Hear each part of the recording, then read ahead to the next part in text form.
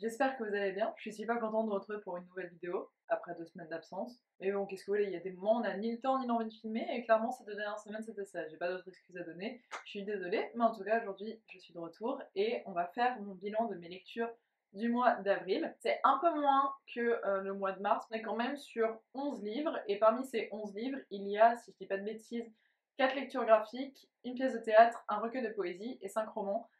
Et je vais vous présenter ça tout de suite. Je vais commencer par vous présenter Harry Potter et l'Enfant Maudit, donc qui est une pièce de théâtre écrite par John Tiffany et Jack Thorne et éditée aux éditions Gallimard.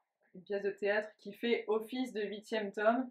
Moi j'aime pas trop le voir comme ça, mais je vais revenir dessus pour vous expliquer un petit peu mon avis, etc. Faut savoir que pour moi c'était une relecture parce que je l'avais déjà lu il y a des années, ça devait être en 2017, voire même 2016, je sais plus exactement. Donc ça datait un petit peu, mais je me souviens encore de ce que j'en pensais. Pour l'histoire, donc on se situe 19 ans après les événements du tome 7 de Harry Potter, donc au moment où Harry, Ginny, Ron, Hermione, Drago, tout ça se retrouvent sur le quai du Poudlard Express pour amener leurs enfants en fait qui font leur rentrée à Poudlard. Et c'est du coup leurs enfants qu'on va suivre et principalement le deuxième fils de Ginny et Harry, donc qui s'appelle Albus, avec son meilleur pote Scorpius, qui est le fils donc de Drago. C'est un petit peu les outsiders de Poudlard et de leur famille, parce que du coup Albus, du coup de sa famille, c'est le seul qui n'est pas allé à Gryffondor, c'est le seul qui est allé à Serpentard. Il n'arrive pas à communiquer et à se faire comprendre avec son père, et il se sent pas à sa place nulle part, que ce soit à Poudlard ou que ce soit dans sa famille. Et Scorpius de son côté, lui, fait face à des rumeurs concernant ses origines, qui le rendent malade, qui l'embêtent énormément et qui font qu'il se sent très très mal aussi dans sa vie. Et ils vont faire la rencontre de Delphi, qui va leur proposer de vivre une aventure à travers le temps littéralement et qui va certainement changer la face du monde. Honnêtement, mon avis n'a pas changé depuis la première fois où je l'ai lu, à savoir, je n'aime pas spécialement cette pièce de théâtre pour la simple et bonne raison que je trouve que c'est plus une fanfiction qui aurait été rendue officielle que véritablement un 8e tome. Parce que déjà, ce ne sont pas les mêmes personnes qui l'ont écrit, même s'il y a marqué J.K. Rowling en gros sur le bouquin, ce n'est pas elle qui l'a écrit, il s'agit de John Tiffany et Jack Thorne, et ça se ressent parce qu'on perd un petit peu de cohérence en fait avec l'univers. Il y a énormément d'incohérences dans ce livre-là, que ce soit dans l'intrigue en elle-même ou que ce soit par rapport à ce qui a été établi dans le canon de base. Et en plus de ça, les personnages m'insupportent toujours autant dans cette pièce de théâtre. Vraiment, il y a des traitements de personnages dans ce livre qui sont dérangeants parce que d'un côté, soit les personnages sont juste purement imbuvables et insupportables, Albus, Harry, je parle de vous, soit il y a un gros problème dans la façon dont ont été perçus certains personnages dans l'œuvre originale et dans la façon dont ils sont traités là-dedans. Ron, je parle de toi, je trouve que t'as été extrêmement bâclé dans ce livre. Très honnêtement, il y a certains persos, j'avais juste envie de les buter. Vraiment, Albus et Harry, un enfer. À la place de Ginny, je me serais barré vite et bien depuis longtemps. Les seuls personnages que j'ai beaucoup aimés ont été Scorpius et Drago, et j'ai beaucoup aimé leur relation entre eux. C'est les seuls que j'ai trouvé vraiment très touchants et très humains. Ce qui est d'ailleurs très très drôle parce que de base, je suis largement pas une Dragostan, mais là, dans celui-là, c'est un des personnages que j'ai le plus aimé. C'est d'ailleurs drôle qu'un des dramaturges de cette pièce, ce soit Jackson, qui à côté de ça a écrit le scénario de la masterpiece qui est His Dark Materials. On va continuer les livres papier avec la fin de la saga Scott Pilgrim vs. The World de Brian O'Malley aux éditions Milady. Donc dans mon précédent point lecture, je vous avais parlé du tome 2, et là en fait j'ai enchaîné 3, 4, 5, 6 pour terminer complètement la saga. On suit tout simplement Scott Pilgrim qui est un jeune homme de 23 ans et qui est largement paumé dans sa vie, et qui va tomber amoureux de Ramona, mais fou amoureux d'elle. Et par le plus grand des hasards, parce que même lui ne sait pas comment il a fait, il arrive à la pécho et il arrive à la date, sauf que pour la date, elle lui fait comprendre qu'il doit combattre ses 7 ex-petits amis démoniaques. Voilà, c'est ça le plot vraiment principal de cette histoire. C'est une histoire que j'ai beaucoup aimée, une saga de comics que j'ai vraiment beaucoup aimée parce qu'elle est hyper fraîche, hyper drôle, hyper divertissante. J'aime beaucoup l'humour de Brian Lee O'Malley, c'est un humour un peu particulier, je pense pas qu'il plaise à tout le monde, moi perso j'ai adhéré de ouf et j'ai vraiment accroché. J'aime beaucoup le style graphique qui fait très cartoon, jeu vidéo. Si jamais vous aimez bien les bandes dessinées, les comics et tout, et que vous ne connaissez pas Scott Pilgrim, que vous les avez jamais lus, n'hésitez pas à vraiment foncer. Et si vous avez la flemme de lire les livres, ce qui peut se comprendre, il y a aussi une adaptation en film qui a été faite et qui est très bien, qui est assez fidèle au livre. Et il y a également une autre adaptation, j'ai appris ça, qui est en cours de préparation et qui sera sous forme d'animé en reprenant vraiment le style graphique de la BD et avec les acteurs du film qui reviennent faire le doublage de leurs personnages. Et ça, je trouve ça trop cool. Je pense que le résultat peut être très très stylé, donc à voir ce que ça donne et quand ça sortira. Je continue avec la lecture de Ici et seulement ici de Christelle Dabos, édité chez Gallimard. J'attendais tellement ce livre. Mais vous savez même pas à quel point j'attendais tellement ce livre. Il faut savoir que Christelle Dabos, c'est la personne qui a écrit une de mes sagas préférées de tous les temps, aka La Passe Miroir. Lisez-la, c'est incroyable. J'attendais vraiment avec impatience la sortie de son nouveau livre. Il y a beaucoup de choses à dire sur ce roman. Déjà, ce roman, c'est un peu un ovni littéraire, puisque on retrouve le style d'écriture de Christelle Dabos, très proche du 4e tome de La Passe Miroir, dans un côté très abstrait, très métaphorique, mais vraiment poussé à son extrême. C'est-à-dire que tout est métaphore dans ce livre. Et pour ce qui est de résumer un petit peu, ça va être compliqué parce qu'il n'y a pas vraiment de résumé. On suit une troupe de jeunes adolescents qui s'apprêtent à retourner ici. Ici, c'est un endroit que tout le monde connaît, par lequel tout le monde passe, qui n'obéit qu'à ses propres règles, qui peut être cruel. Qu'on le veuille ou non, on finit par s'adapter et suivre les règles d'ici et seulement ici. Et du coup, on va suivre ces personnes-là, ces adolescents-là, du jour de leur rentrée à ici jusqu'à la fin de l'année. Vous l'aurez compris, du coup, Ici et seulement ici parle d'un endroit effectivement par lequel tout le monde est passé. Il s'agit du collège. Il s'agit du collège et surtout du collège dépeint, j'ai envie de dire, dans sa réalité, même si le récit est hyper métaphorique comme je l'ai dit tout à l'heure. Disons qu'on aborde les sujets difficiles du collège. Ce que j'ai beaucoup aimé dans ce livre, c'est que du fait de la plume très abstraite de Christelle Dabos, les éléments et les sujets liés à la vie au collège qui peuvent être très difficiles et très choquants sont beaucoup adoucis. Pas dans le sens romancé, mais dans le sens où, vu que c'est métaphorique, on comprend de quoi ça parle, mais c'est des mots moins durs qui sont employés pour en parler. Ça n'enlève pas la violence quand tu te rends compte de ce dont elle parle et de ce que ça apporte. Mais disons que dans l'écriture, c'est plus fluide, c'est moins violent, ça fait moins mal.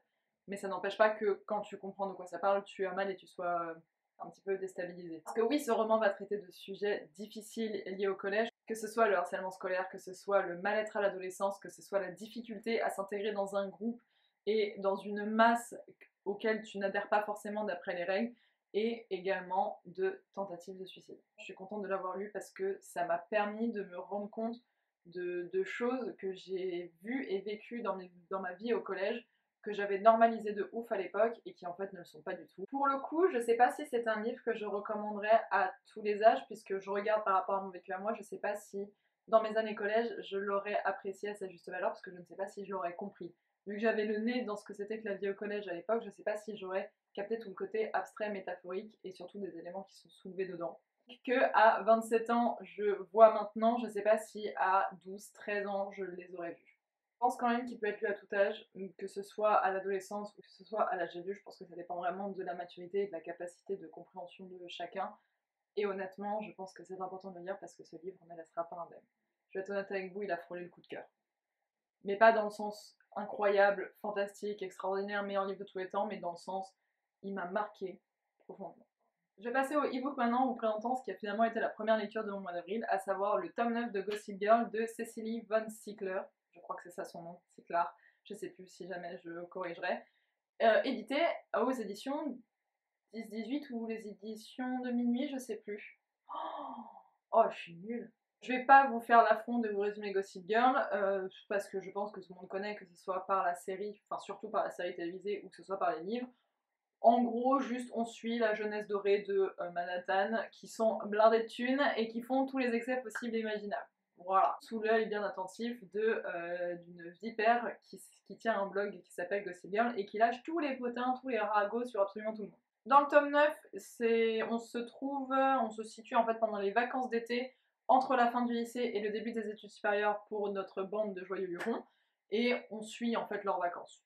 Il n'y a pas grand chose à dire de plus. Et honnêtement, mon avis sur le livre est très simple. C'est une lecture qui est hyper divertissante, qui a absolument zéro enjeu, mais qui fait du bien honnêtement pour passer le temps. La saga Gossip Girl, elle fait plaisir si vous avez besoin d'un truc léger entre deux lectures un peu compliquées ou alors entre deux lectures en anglais par exemple. Ça fonctionne très très bien. Chaque tome au final c'est plus ou moins les mêmes, honnêtement c'est difficile de savoir quel tome a fait quoi. Mais voilà, celui-là je l'ai trouvé sympa, il donnait un petit côté été, des vacances et tout, c'était cool. Mais honnêtement, c'est pas une lecture sensationnelle qui va me rester dans la tête pendant 10 ans, c'était vraiment un passe-temps, et de toute façon je finirai la saga parce que c'est comme ça que je la vois, comme un passe-temps. Elle est très longue cette saga, elle est vraiment très très longue parce que du coup je lis l'intégrale sur ma liseuse, 17 tomes, 4000 pages de liseuse, un truc comme ça. Prochaine lecture dont j'ai envie de vous parler, il s'agit de Peter Wells et le monde d'Adgar de Maya Patterson, auto-édité, et d'ailleurs je remercie chaudement l'autrice de me l'avoir envoyé puisqu'elle me l'a proposé en service presse, Et je suis très contente d'avoir découvert ce livre parce que c'était une très bonne surprise. Dans ce livre, c'est l'histoire de Peter, un jeune garçon de 11 ans qui a une vie tout à fait banale avec ses parents et sa sœur et qui s'ennuie même un petit peu. Mais tout va vite être chamboulé par l'arrivée de Gabi. Gabi qui est un elfe qui vient du monde d'Adgar et qui va rapidement lui apprendre que Peter était un élu et que du fait de sa condition d'élu, il se doit de venir à Adgar pour apprendre à utiliser ses pouvoirs et pour remplir en fait tout simplement sa mission d'élu auprès des autres élus, c'est-à-dire protéger le monde d'Adgar. Clairement, au vu du résumé, je pense que vous avez compris que c'est un petit peu un wannabe Harry Potter, et honnêtement, il y a pas mal de points qui sont très similaires, il y a pas mal de références, d'éléments qui font clin d'œil à Harry Potter, qui sont plus ou moins subtils d'ailleurs. Des éléments, des points qui peuvent être envahissants, qui sont surtout présents dans la première partie du roman, et honnêtement par la suite le roman s'émancipe vraiment de ce côté-là et prend ses marques et son envol. Et honnêtement, ça valait le coup parce que j'ai beaucoup aimé l'univers qui a été développé, le système de magie. C'est un système de magie qui repose sur l'âme et les auras des personnes. Chaque élu a vraiment son domaine de prédilection en termes de magie, donc j'ai bien aimé le fait qu'ils ont besoin d'être tous ensemble et de se compléter pour obtenir une puissance optimale, on va dire, puisqu'il n'y en a pas un qui est plus fort vraiment que les autres.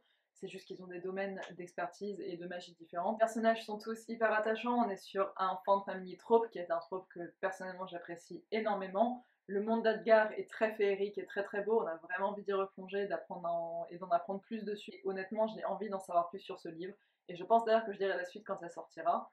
Et puis si vous avez envie de lire un peu un Harry Potter-like, Percy Jackson-like, Tara Duncan-like dans ces eaux-là, franchement foncez parce que je pense que ça va vous plaire, et il est accessible pour les jeunes aussi, si jamais vous avez un petit frère, une petite soeur qui a bien aimé Harry Potter et vous voulez lui faire découvrir autre chose, honnêtement, ça rentrera très bien et ça fera hyper bien le job, donc n'hésitez vraiment pas. Alors là, changement de registre, puisque ce mois-ci, j'ai lu le recueil de poèmes Alcool de Guillaume Apollinaire, qui était un petit peu, du coup, mon classique du mois. C'est un recueil de poèmes, donc pour le coup, j'ai pas de résumé à vous faire. Et mon avis va pas être très utile non plus, parce qu'en fait, je me suis vraiment rendu compte à la lecture de ce recueil de poèmes-là que j'ai beaucoup de mal avec la poésie. C'est pas un genre que j'affectionne particulièrement, parce que c'est pas un genre que je comprends véritablement. J'ai toujours l'impression de passer à côté de ce que je lis et du sens qui ont voulu être donné aux mots. Vraiment, c'est comme s'il y avait une barrière et que limite je lisais une autre langue que je ne connaissais pas. J'ai vraiment du mal avec la poésie. Après, ça va parce que Apollinaire, c'est un poète qui est un peu plus récent que la poésie plus classique, j'ai envie de dire. Donc il y a des termes qui sont, disons qu'il n'y a pas du vieux français, donc ça aide déjà un peu plus à la compréhension. Mais je pense juste que c'est pas un genre littéraire qui me plaît véritablement et que je comprends véritablement, auquel je suis sensible. Donc c'est vrai que ça bloque. Je suis contente de l'avoir lu quand même parce qu'il y a certains poèmes que j'ai beaucoup aimés, que je trouvais très beaux. Mais voilà, je pense que mon expérience avec la poésie va s'arrêter là. On va retourner du côté des services presse cette fois avec le livre Le Nouveau Gardien, donc qui est le premier tome de la saga Les Nelzen d'Arna, écrit par Audrey Fabre et également auto-édité. Et c'est du coup aussi l'autrice qui m'a envoyé directement le roman pour que j'en parle et que je donne mon avis dessus. Et je la remercie très chaudement pour ça. Pour ce qui est de l'histoire, on suit Inarion. Inarion est un mage qui a perdu l'intégralité de ses pouvoirs et qui est surtout au courant d'un plan qui menace clairement le monde dans lequel il vit. Et pour récupérer ses pouvoirs et mener sa quête pour sauver le monde, il va voler une pierre, donc un Elzen d'Arna, donc qui est une pierre magique créée par Arna, qui est l'enchanteresse ultime de cet univers-là. Dans sa fuite, une fois qu'il a volé la pierre, il va se faire aider par Naelia, qui est qui est la fille d'un chef de tribu, qui souhaite un petit peu renverser le pouvoir dans sa tribu et qui pour cela va aider Inarion parce qu'elle aussi elle a ses propres intérêts à défendre. Forcément, le peuple qui était en charge de la garde du Nelzen qui s'est fait voler, ils ont un peu les nerfs et décident de monter une équipe qui va partir à la recherche d'Inarion et Naelia pour récupérer en fait le Nelzen et le ramener là où il doit être. Donc on suit ces deux points de vue là, le point de vue de Inarion et Naelia et le point de vue de la petite troupe de mercenaires, on va dire. Pour ce qui est de mon avis, on est sur un heroic fantasy pur et dur, il y a vraiment tous les codes de l'heroic fantasy, il y a de la magie, il y a des créatures fantastiques, il y a des complots, il y a des descriptions à n'en plus finir, mais qui sont pas dérangeantes et qui sont pas trop pesantes, honnêtement j'ai beaucoup aimé. Après, là où moi j'ai eu un peu du mal, c'est qu'il y a beaucoup de personnages, il y en a vraiment pas mal, tous plus différents les uns que les autres, et j'ai eu du mal pendant une bonne partie du roman à me rappeler qui était qui faisait quoi, à quel point de vue j'étais, dans quelle équipe était la personne que je suivais. J'avais un peu de mal avec ça au début parce qu'il y a vraiment beaucoup de personnages qui sont tous introduits plus ou moins en même temps. Ça a été un petit point qui m'a un peu dérangé, mais honnêtement c'est le seul, et surtout une fois que j'avais fini par replacer qui était qui, j'ai vraiment pu me laisser immerger dans l'histoire et vraiment kiffé ce qui s'y passait parce que j'ai aimé ce truc de magie, poursuite d'une quête fantasy avec des dragons, des elfes, des nains, de la magie et tout, vraiment trop cool. Le système de magie est hyper intriguant, le fait que les mages en fait peuvent perdre leur pouvoir, je vois un peu ça comme une barre de mana sur un jeu vidéo genre World of Warcraft. Honnêtement, même si j'ai eu du mal à m'immerger au début de ma lecture, je pense que je vais volontiers lire la suite quand elle sortira parce que j'ai vraiment bien aimé l'univers et que j'ai envie de savoir ce qui leur arrive maintenant aux zigotos vu la fin du tome 1. Si vous aussi vous aimez bien l'Heroic Fantasy, honnêtement n'hésitez pas à foncer, c'est une autrice auto-éditée donc ça peut vraiment lui apporter de la force si vous décidez de vous intéresser à son travail.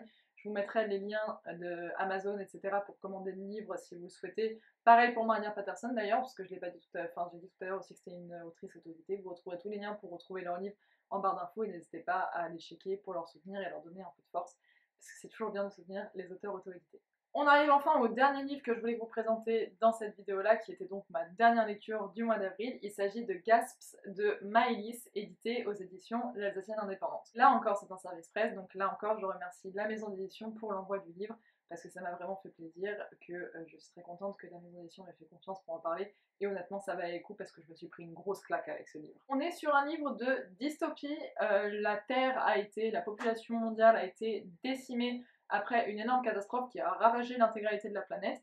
Parmi les survivants, donc il y a soit des humains qui ont réussi à s'en sortir, on ne sait comment, soit des humains qui se sont réveillés avec des capacités un petit peu particulières. Ça va de la télékinésie, la pyrokinésie, l'électrokinésie, des énormes lames qui te sortent du dos et qui défoncent tout autour d'elles, la possibilité de parler aux animaux, bref, beaucoup de capacités, et ces personnes-là sont appelées les éveillés. D'ailleurs, les éveillés sont largement craints par les humains, parce que forcément ils ont des pouvoirs hyper pétés et qui peuvent démonter tout le monde, mais les éveillés se craignent aussi entre eux, parce qu'ils passent leur temps à se taper sur la face pour récupérer des territoires, et bref, c'était un peu un joyeux bordel quoi. Notre héroïne qu'on suit, donc elle vit sa petite vie tranquille, elle a un territoire qui s'étend aux alentours de Colmar, une bonne partie de l'Alsace et du Haut-Rhin, voire même du Bas-Rhin aussi je crois.